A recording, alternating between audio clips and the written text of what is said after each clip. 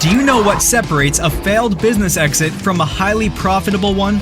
Do you want to maximize the value of your business? The Business Exit Stories podcast is the solution. Through a collection of stories told by the business intermediaries who facilitate those transactions, you'll receive the key takeaways from successful and, yes, some not so successful business exits.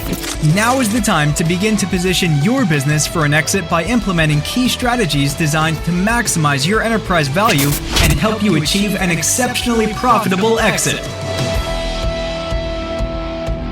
On today's podcast, we have Glenn Henderson. He's an M&A tax specialist that will share some of his insights about what you can do to position your company for an actual sale where you will actually be able to sell your company for less and yet put more money in your pocket after the deal closes. I want you to listen closely to the transactions, and there's a couple of transactions that Glenn shares with us that have some really unique insights where you can pick up some tips on what you can do to amplify your cash returns after you sell your business. To begin the interview, Glenn shares how a profitable HVAC company, HVAC company, decided to sell their business because of the escalating values that was really driven by the COVID pandemic, where more people were spending time at home, and this required and needed a lot of additional services for both heating and air conditioning, and this really served to drive values to the business. And I want you to listen to how private equity groups that were looking at this market sector of HVAC and what they did to review and understand the type of businesses that they were acquiring, which were generally much smaller, and what the metrics were that they paid particularly attention to.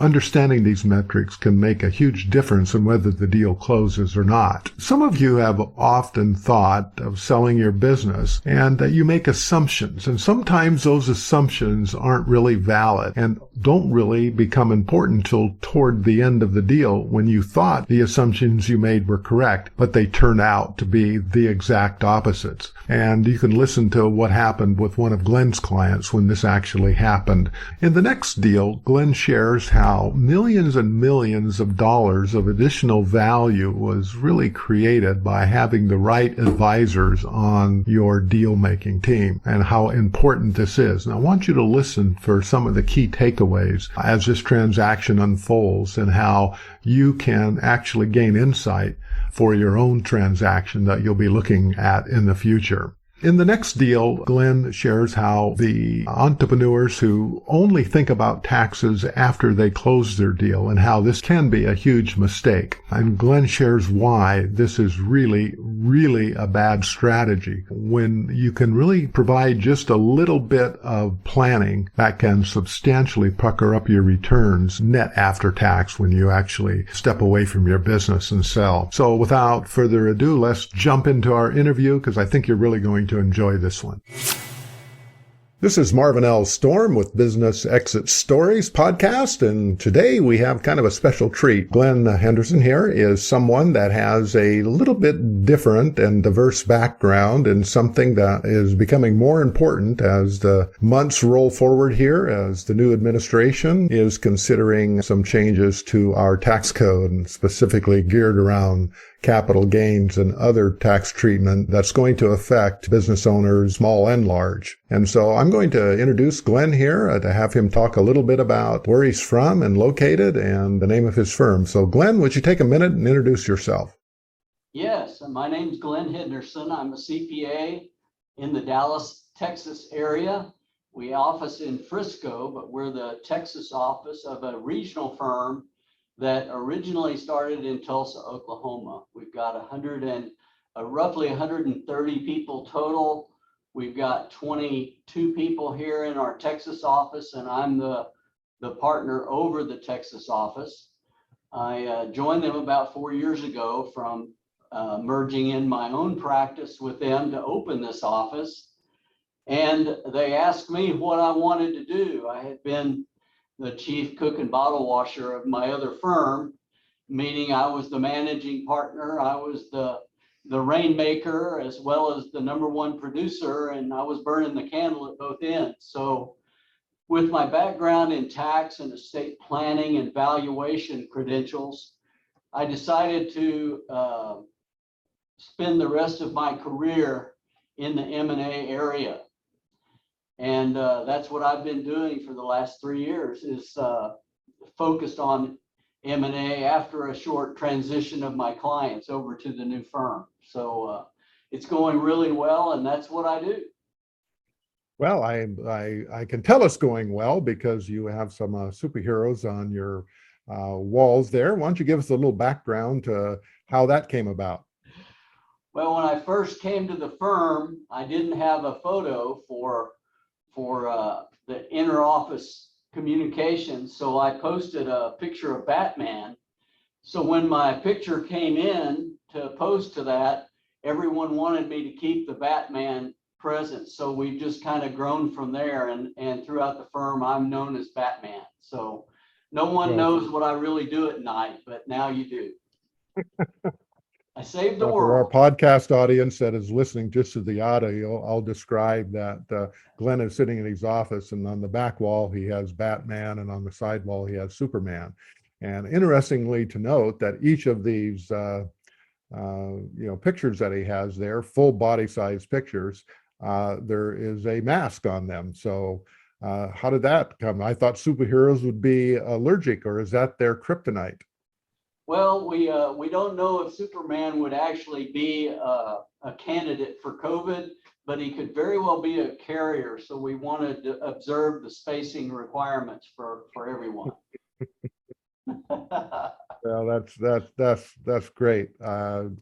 All in good humor.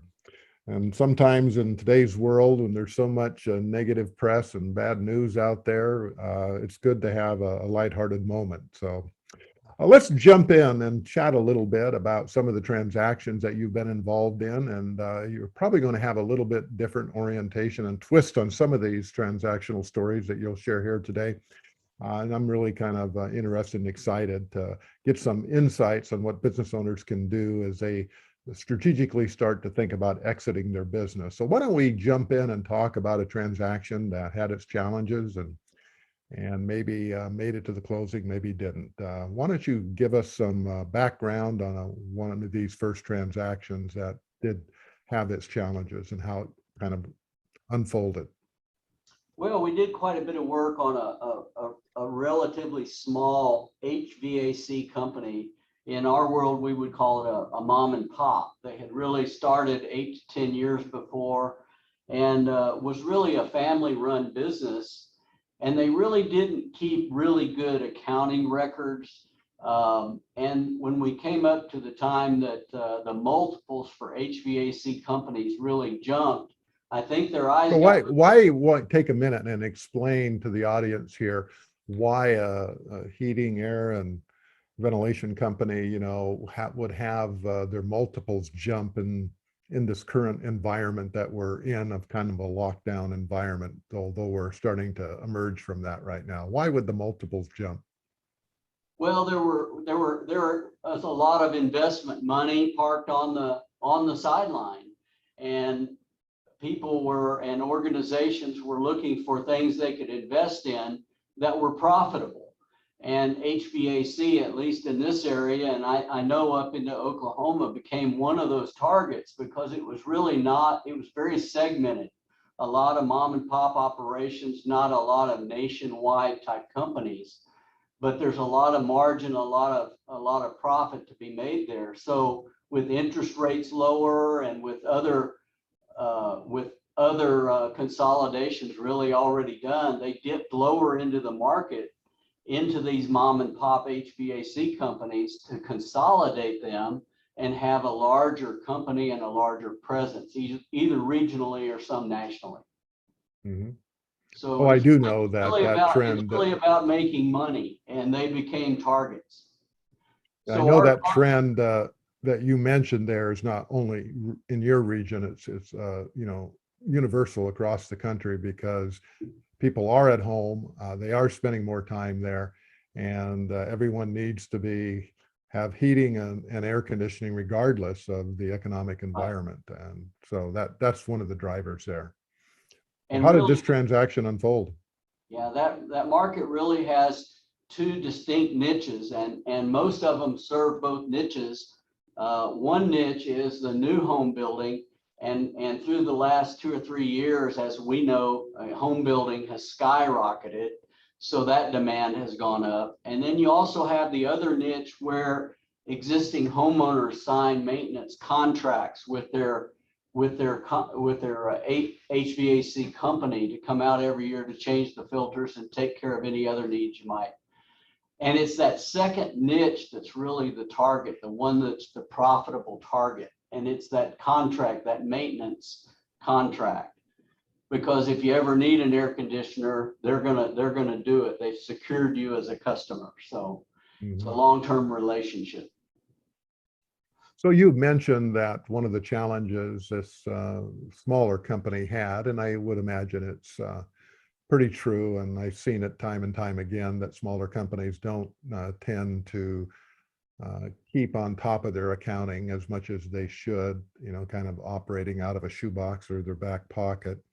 Why was this a little bit even more extreme? It sounds like it was probably even more extreme in this particular situation that caused the problems. Well, this is not uncommon in family businesses. You might have people helping the family business that are family that really aren't as competent as they might be had you hired that someone from the outside to come in. But what's really helpful is to let them know pretty well up front what the buyer is going to expect in terms of records and things like that. A short list might be monthly, be able to print out your last 12 months or the year before in monthly statements, as well as monthly for the interim period. And then you can probably provide just annual statements for years before that. But if your accounting system won't provide for that, you're probably not at a point where one of these big consolidators would come in and buy you based on the lack of records that you have.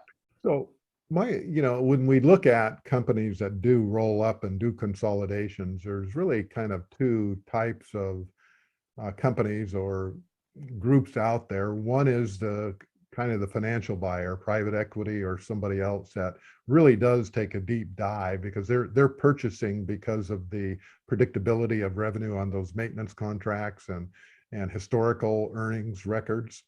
And there's the other is, I imagine it would be a strategic buyer that is in the business and understands the business and can get economies of scale by consolidating back office operations and marketing and things of that nature.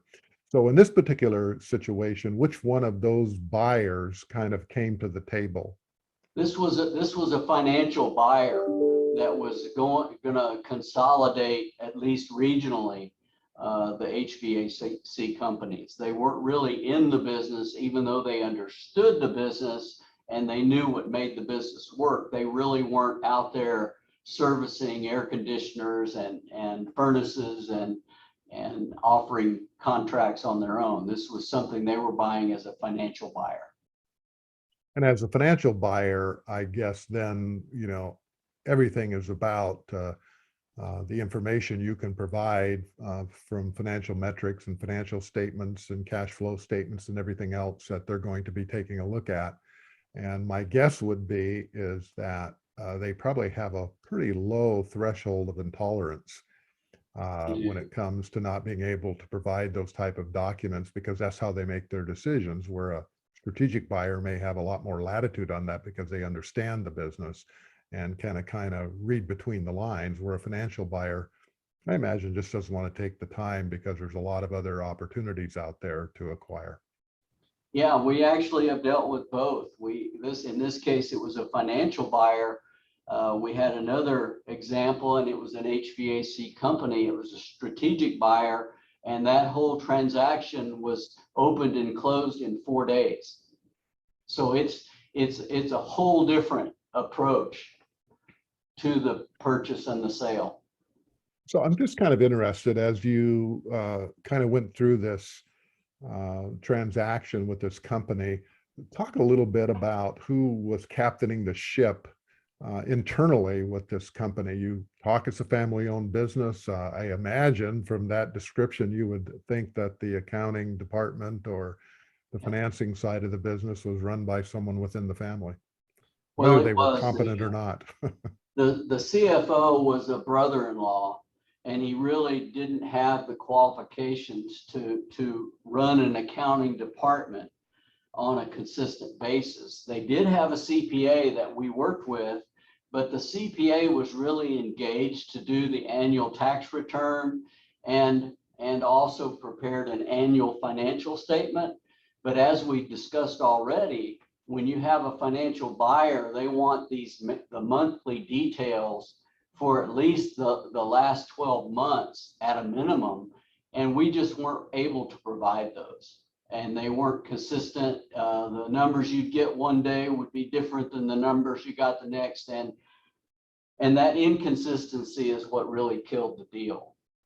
They weren't reliable. Well, it's kind of interesting. I picked up on something you said there, is that the accounting system that they had and the people running it, the system itself really couldn't provide that information because it wasn't accumulated or compiled to make it easy without going back and doing almost a transaction by transaction restructuring of the financial statements. It was almost impossible to do. Now, I can tell you from experience, in talking to all the deals and M&A advisors and business brokers and people like yourself that facilitate deals like this, is that nothing will spook a financial buyer than the unavailability or inaccuracy of financial statements or information. That will spook them very quickly and often. And I guess in this particular situation, they just chose not to move forward. I felt like the strategic buyer actually understood the challenges of a mom and pop level organization and really focused on the revenue and what he could do with that revenue. So it's a totally different approach. You're right. So you mentioned something there about the quality of earnings, that the buyer, when you didn't have the type of accountability or reportability of the financial statements, kind of would look for something on the quality of the earnings. Why don't you talk a little bit to our audience that's listening in of what that quality of earnings report really is and why someone would want that or request it? Usually it's the buyer that wants the quality of earnings to help lower their risk. Years ago, the buyer would require 3 years of audited financial statements. And anymore, that cost would just be exorbitant. So the quality of earnings engagement has really replaced that 3-year audit, but provided the buyer with more of the direct information that they need to make their decisions on a buy than even an audit would provide. So it's actually something less than an audit, but you see a lot of auditors helping with quality of earnings projects and making sure that what they're buying and what they're getting is what they bought and paid for. So what you're really saying is that it's short of an audit, which would audit both, earnings and expenses and the balance sheet. You're just focusing on the earnings and what type of earnings and how reliable those earnings are. Yes, that's correct. Well, in this particular situation, I guess the financial statements and system just wasn't able to even produce without enormous expense a quality of earnings statement, and they couldn't even do that. And once we got a third set of financial information that was different than the first two, I think the buyer was done. They were ready to withdraw. So one of the big differences in a quality of earnings in an audit focuses on net income, where a quality of earnings statement really focuses on EBITDA, which is a common term for most everybody that does M&A work. Mm-hmm. And audits don't really go there. All right. Well, there's another thing I kind of noted in your monologue. There's you're chatting a little bit about, what is able to be done, and the tax accountant that was engaged to do the annual tax return. Sounds like that's what he did. He came in and did more of a summary of pulling all the income and expenses together in summary form on an annualized statement, but he really wasn't tasked. He probably could have done it, but that's not what he does. That's not what tax accountants really do, that do prepare tax returns. That's not where they get most of their revenue from and where they're engaged. And they just don't do that type of thing. And because of that, it really was the domino that created the environment and situation where it was impossible to pull that type of information together at a single point in time when you're getting ready to position your company ready for an exit. And so it's just kind of the confluence of events of, it sounds like a CFO that was a family member that probably really wasn't qualified to be the CFO level type of accountant, together with the philosophy and the actual accounting system, as well as a competent tax preparer that just, that isn't what he did. And all these things kind of led to the ultimate conclusion that even though they were motivated to sell because of the multiples being offered, and they could have probably have a windfall type of situation, and that's why they were pursuing being acquired, everything just sort of collapsed because of the interior structure of their ability to produce accurate and consistent financial information. There is a short list of information that I think all sellers should be aware of information that they probably need to be ready to produce. And that is the monthly statements for at least a year and probably the year to date, and then 2 years prior to that in annual summary. So if they know that going in, they know whether they can produce that information or not before you ever get too far along. Sounds like it would save a lot of people a lot of time and effort if they know that going in, and they can't do it, then they just realize that up front and look for a different type of buyer, instead of a financial buyer, to look for a strategic buyer who that information is a lot less important. As you said, they really focus on the top line. So I guess the big takeaway here would be what, Glenn? Well, I think it's to know ahead of time kind of what's going to be required and what that buyer is going to be looking for in your business, not just to focus on the market multiples so high and get the big eyes that decide I want to sell, but have an idea of what kind of transition you want to play. It's more than just numbers, but how long do you want to transition? How long do you want to continue to be involved in the business? And how long are you willing to sign a non-compete agreement for? Because they're going to want those things. All right. Well, that's good information. Just knowing what requirements the buyer is going to have going in.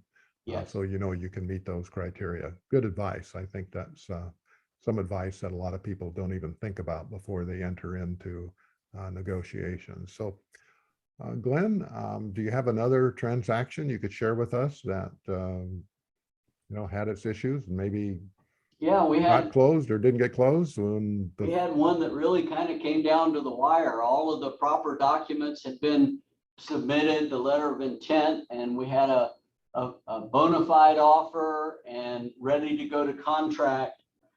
But we found out, and it was what type of company was this? It was a machine shop, and it was being bought by a much larger company that needed a presence in that community. So they were buying this machine shop, and our machine shop owners had a unanimous provision. How many owners were there? There were 5. And they had a unanimous provision. We had one owner that owned one more share than everybody else. So he, in effect, was a majority owner, but we had a unanimous provision to sell the company. And when let's just clarify so I understand for our audience here. There is an operating agreement in place that outlined what the criteria was for especially when you got 5 partners, to be able to sell the business, and that language very specifically spelled out that you needed 100% or a unanimous vote of all partners to be able to trigger a sale. That's what you're kind of outlining the scenario to be here? Yes, it was. And we even looked at the provisions in the agreement to change that, and they were unanimous. So there was no way to get around that. We found out at the closing table, it was actually the discussion to move forward with the offer that had been presented, which was a good offer, but one of the partners for the first time vocalized that he had planned to leave his 20% to his son as his inheritance. So Now, did the son work in the business? he did. He was a good employee of the company, and he wanted to leave him that ownership. So it sounds like a lot of assumptions were made or unverbalized up to the time. I mean, everyone is, right. Entertaining this offer from this large consolidator. It's a great offer. Everyone is kind of excited, and they all get around and they're talking about it, and a lot of casual conversations. Sounds like they've been friends for a long time and been in the business for a while, and they're casually talking around the table, and they go around the table, and all of a sudden, for the first time, someone voices a dissenting sentiment. Is that kind of the picture I'm getting that's being painted here? That's exactly what happened. And we could have earlier sent up a weather balloon and sent kind of a straw vote, if you want to call it that, and say, we've got a valid offer. Is there anyone who objects? And it probably would have headed this off. But I think until the numbers were discussed and we got right down to it, we didn't know that he was going to exercise his unanimous and defeat the vote for selling. So that deal was killed. Well, it sounds like there wasn't really any options. You couldn't change the agreement because that was unanimous. Probably his mind was pretty well set, and It so was set. nothing could be done. And an Nothing could be attractive done. offer that would have probably made a lot of money for everyone involved just died on the vine right there. One vote. It did. Yeah, wow.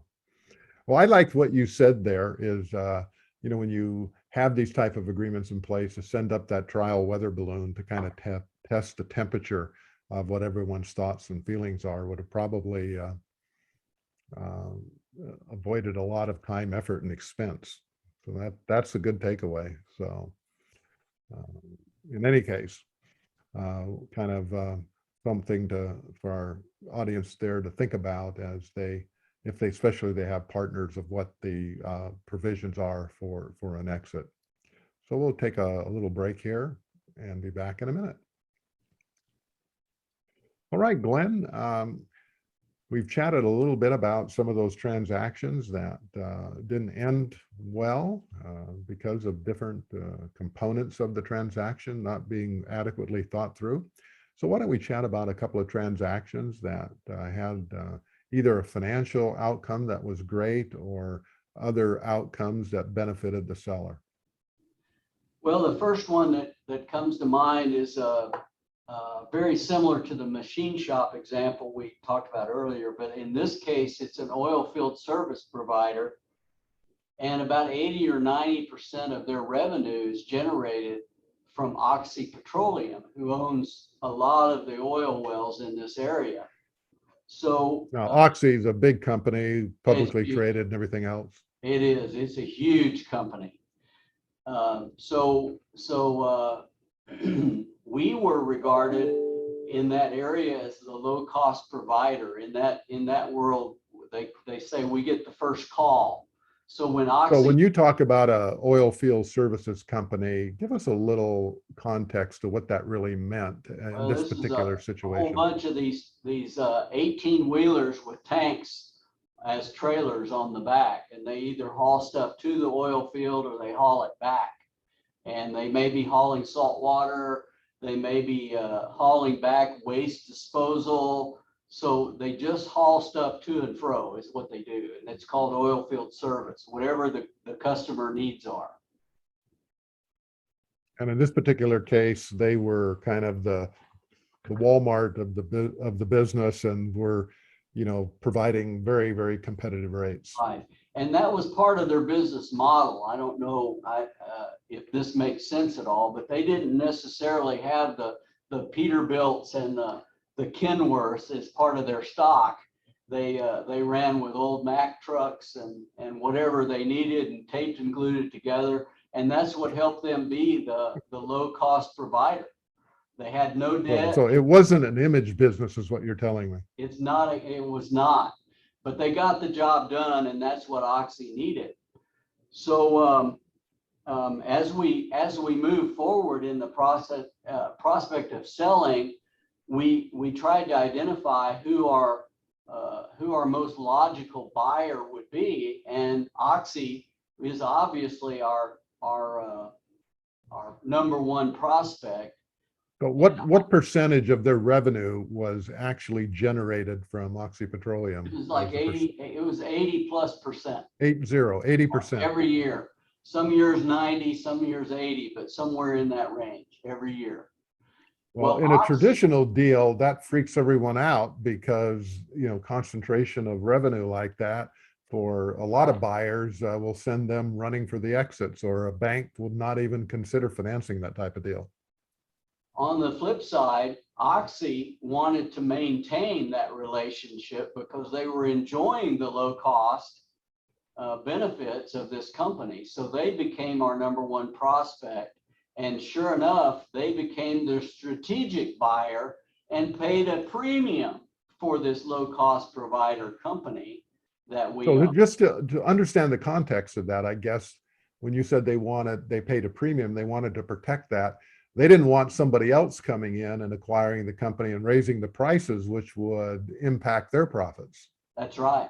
That's right. And it was the men that owned it were getting older, and it wasn't going to be too long till that prospect, whether it was even internal, some younger people would be coming along and taking over the company and running it, and they may no longer have the benefits of that first call and a company that was a low cost provider.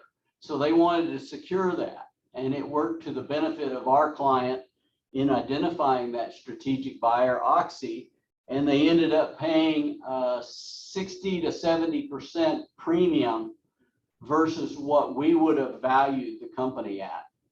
From a straight financial perspective. From a straight financial perspective, yes. And so as the deal unfolded, they obviously were willing to pay a premium. How did the deal unfold, and what were some of the other deal terms? Well, one of the most important things was to realize we would be dealing with Oxy's legal department, and that's a big company, and they have a lot of ability. So we found someone here in Dallas that had experience dealing with some of the bigger companies, and that's one of the best moves we could have made. He not only negotiated. So when you say you found someone, you're talking about a transaction attorney that had a specific expertise in dealing in oil and gas. Oil and gas, and with the bigger oil and gas companies, right? And we negotiated a $28 million sale price, which was 60 to 80% above what we thought it would have sold for. But the second thing that he did was invaluable. When you deal with the bigger companies, and you'll hear more and more about this, they have what's called a holdback or a reserve for different. So when you say you're dealing with a larger company like this, and having gone through transactions with larger companies, you have different tiers of transaction specialists on the other side and attorneys on the other side. At what level was this transaction kind of relegated to, and what type of attorney were you talking to? Well, their cutoff was about 50 million, Marvin. So what that means is, in the big company, you dealt with the bigger attorneys if the deal was over 50 million. But since ours was 28, we were actually dealing with the more inexperienced or some with no experience at all. So we were the ones with the experienced attorney in this transaction, which paid huge dividends because they were willing to let him take the lead in the documents and preparing everything. And they were left to take care of it because in Oxy's world, this was a small deal. Well, you were talking a little bit about the advantages of having a very experienced attorney on your side with someone less experienced on the other side. And you mentioned something about a holdback there. How did that experience kind of benefit you in a holdback scenario? And what is a traditional holdback in a deal this size? Well, traditionally a holdback you can estimate to be 8 to 10%. So I always use 10%, but on a $28 million deal, if the holdback or the reserve is $2.8 million or less, that's probably a viable holdback as long as what they're holding back for has any justification at all. But our attorney was able to negotiate a $500,000 holdback, which is over $2 million more in our client's pocket day one. And many times when you have these, we call them earnouts or holdbacks or reserves, you never see that money. And the reason you don't see it is that you have a whole team of people working to find reasons not to pay it back. And it's kind of, that's right. For a smaller company, it's really difficult to, negotiate or combat that type of focus and effort. That's right. So at the end of the year, we got $350,000 of the $500,000 back. So that was in and of itself a pretty big victory. Well, that is a huge insight here for those listening in that, having experienced advisors on your side of the table is a huge benefit because in this particular case, it sounds like $2.3 million was held back, not held back, and with $500,000 being held back, and you got $350,000 of that, and the 150 probably was a valid, holdback item. They were valid holdbacks, and just like we talked about this being a small deal, I don't think they wanted to spend a whole lot of time chasing $500,000. Yeah. Same concept. It was that small change to them. So we got $350,000 of that back. One of the takeaways for some of your sellers is they probably could sit down and make a short list of people who are likely buyers. Who are the most likely buyers of your company? Are they financial buyers? Are they strategic buyers? And you'd be surprised the success you can have in identifying those buyers. It sounds like the next iteration of that, or another layer to that takeaway there, which I think is really important, is identifying types of buyers, is once you identify the type of buyer, what their motivation is. Yes. And in this particular situation, their motivation was to protect their margins over many, many years. And that, when multiplied and the time value of money, those are big bucks they're talking about. And so, the willingness to pay a premium goes up, exponentially if you understand what the motivations are for the buyer. In this particular case, it was a windfall for them. It was. And they had been in business for a long time, had been a well-run company, and they paid a premium for that. It wasn't a fly-by-nighter or anything like that. Mm-hmm. Well, that's a great takeaway. I really appreciate you taking the time to kind of unpack that transaction for us, because there are some real unique insights there that I think can benefit a lot of folks that are listening in today. All right, well, let's kind of wrap it up here, Glenn, with your last transaction that kind of was a win for the seller and probably a win for the buyer too. Well, this client actually was a regional wall coverings company with other regional companies as their associates. If it got outside their region, they would call one of their partnering firms to provide the services. But they sold for about $35 million. And we were dealing with another big company that was consolidating that industry and wanted a nationwide presence. So they were definitely already the strategic buyer, and our clients, they were the object. They were really the diamond in the rough, so to speak, because they've been in business a long time. They were very successful and had a good part of the market. But the big four firm that was engaged by the buyer, their job was to first come up with the reserves and these holdback numbers, and that became kind of the object of our discussions. We had many discussions with them, and one of the items that came up was they wanted to reserve about $1.5 million for potential state taxes, whether that was income taxes or sales tax, or because they were in a retail business and they felt like that was an area of exposure. And our client, and quite frankly, that is an area of exposure and a genuine concern. and it is. The good news about this, from day one, our client had insisted that it be a purchase of stock, not a purchase of assets. And so let's just review the importance of making that declaration up front, because most transactions for liability reasons is a purchase of assets. Is that a fair statement?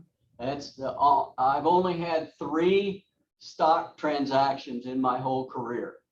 So that's not very being able to state this up front, that it was going to be a stock. He was very clear on this, and I'm really interested to understand the logic behind that and why that was such a key component, and how you were able to facilitate and what the outcome of this tactical as well as strategic decision had such an impact on what the seller ended up putting in their pocket as far as cash. Well, there's actually 2 things going on in this one, and the first one has been for some time, and that is that capital gains rates are lower than ordinary income rates. When you sell your stock, all of your income is long-term capital gain. When you sell your assets, there's a portion of the assets that are treated as ordinary income, mostly depreciated property, and the rest is treated as long-term capital gains. So just selling your stock in general will generate more cash for the seller than if they sell the assets. And the reason is the difference in capital gains versus ordinary income tax rate. That's where the savings or additional cash is generated from. Right.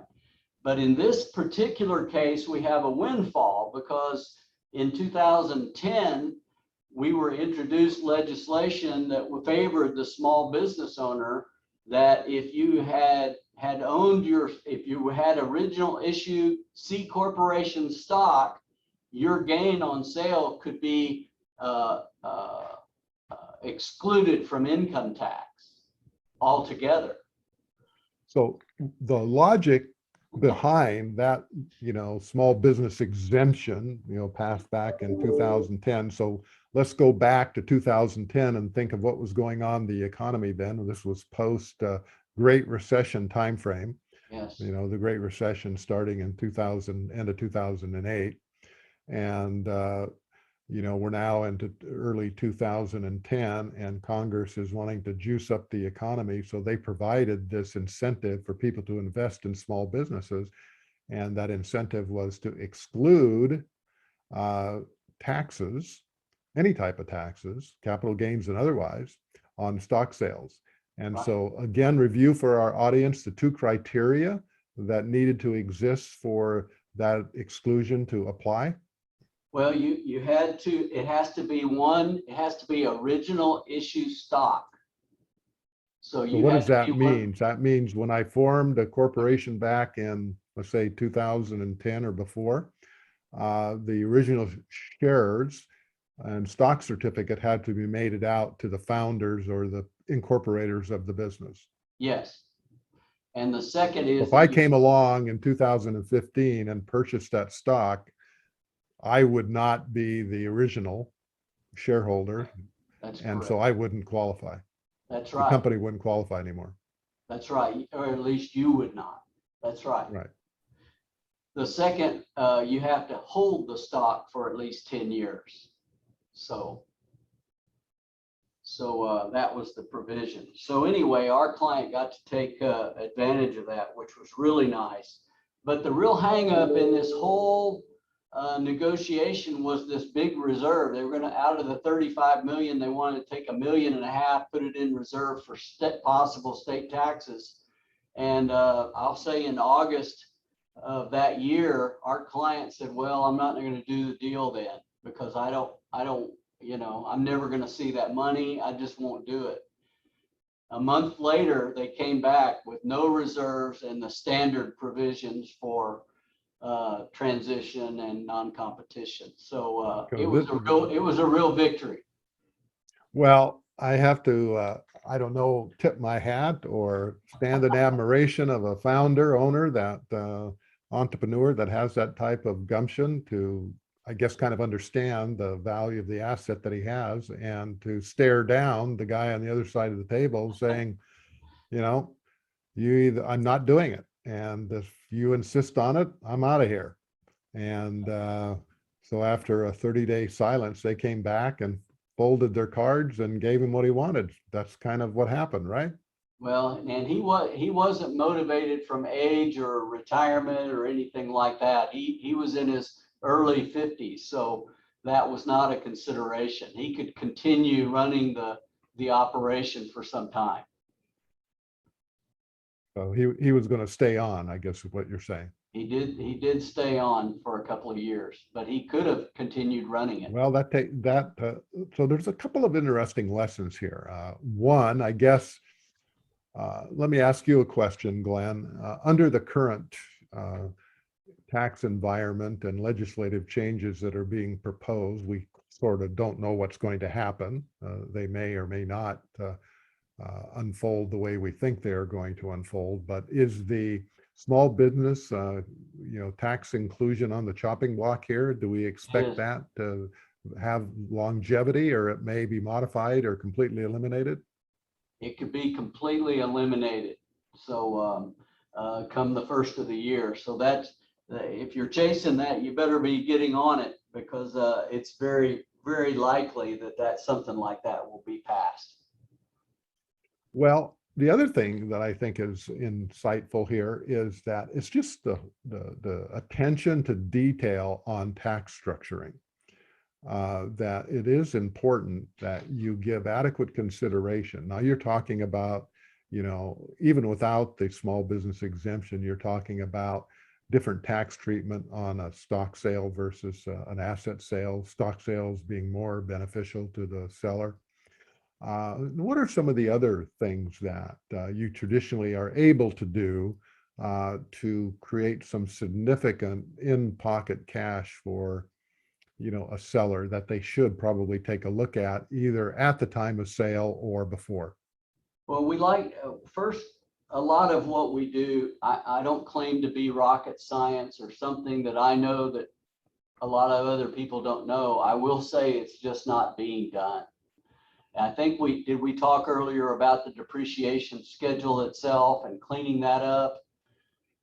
Have we talked about that? Why is that so important? Every business out there has depreciation schedules, When you say cleaning it up, what does that mean actually? We do. We accountants do a great job of adding assets to the schedule, but we generally, because we're not involved in the day-to-day, we don't rotate out the old ones. So I've picked up depreciation schedules with computers on them from the 90s. And I guarantee you those computers are not around anymore. But if you leave them on the schedule, you're going to end up recapturing that depreciation on that asset as ordinary income. So one of the simplest things we can do, point one, is just clean up that old depreciation schedule and get those old assets off of there.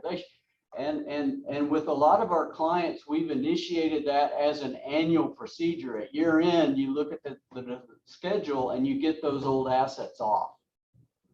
They're gone. I would imagine from a, you know, just a presentation perspective, if you do that on a consistent basis, it raises a lot less questions and is much cleaner for an acquiring company to come on, because you don't have those huge adjustments, because they're going to go through and take a look at that and find that on there, and they're going to adjust those type of things off. And so it creates a lot of extra consternation and work at That's something closing. that you should do now, whether you're going to sell or not, and have that as an annual procedures to keep rotating off those fully depreciated assets. Some other things we do is we like to be a part of the exhibits to the purchase and sale agreement. We like to help assign the value to the assets that are being purchased to the benefit of our seller. And we try to help identify things like your employee contracts, your customer list, your phone number, your website, all of the things that we can attribute value to that will help you. But I've got vendor lists, inventory, customer contracts, and even that negotiated accounts receivable, cash. We help with that a lot too. A lot of the newer contracts in the last few years, you have to leave a certain amount of liquidity in the company, and whether inventory or AR is included in that, it's usually a formula. We like to participate in that to mitigate your exposure. Well, that can be a big deal depending on the type of working capital a company, you know, is required. That can have a substantial impact on how that's treated, and whether it's included or not included, or the amount that is included in the purchase price. So that can be a huge deal. One other thing that we have done is that if you've got a C corporation, or even an S corporation for that matter, but mostly a C corporation, to avoid the double tax, we have gone in and attributed some of the value to personal goodwill. So if I've got a company, or if you have a company, Marvin, called Marvin Storm Incorporated, I can pretty well assure you there's some personal goodwill because your name's on the sign.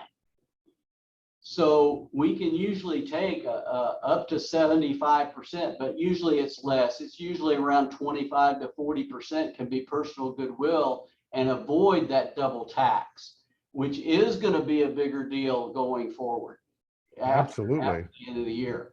So personal goodwill is an important step that can be taken, and it would be part of your agreement, but it would save you some tax dollars.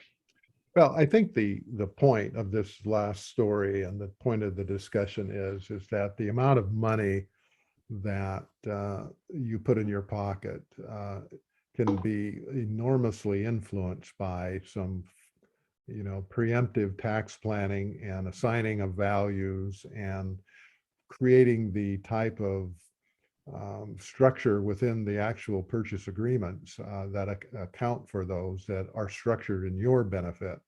And so I guess we could say that one of the takeaways here, you could even consider taking less money for your business, but actually end up with more cash in your pocket if everything is done right.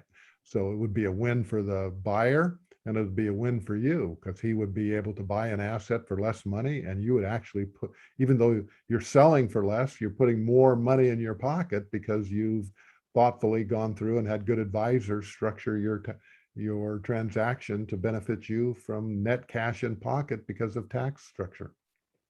We actually had that happen. One of our early transactions was a hair salon, a chain of hair salons in North Carolina that was bought by Regis. And our client lowered the price for Regis to buy their stock. So we got less money up front, but after taxes, our client ended up with more cash in their pocket because of the lower tax. And Regis didn't mind. They didn't care either way. They were glad to just pay less for it. Well, this has been a delightful conversation, Glenn. It's a little bit different twist to a lot of the transactional stories we have here on the podcast. And then I think it's provided some useful insights and information for our listening audience out there. And I really appreciate you taking the time and kind of peeling back the onion on some of these transactions, on some components of a deal that we might not normally take into consideration, or a lot of people don't. Glenn, thank you for participating with us here. And so this is Marvin L. Storm saying, see you on our next episode where we'll share more insights on business exit strategies. Thank you, Marvin. Thanks for listening to the Business Exit Stories podcast. For more information or to reach out to today's guest, visit www.businessexitstories.com for more details. Please subscribe, rate, review, and share this podcast from your favorite podcasting platforms. And remember, maximizing business value at the time of exit doesn't happen magically. It takes planning.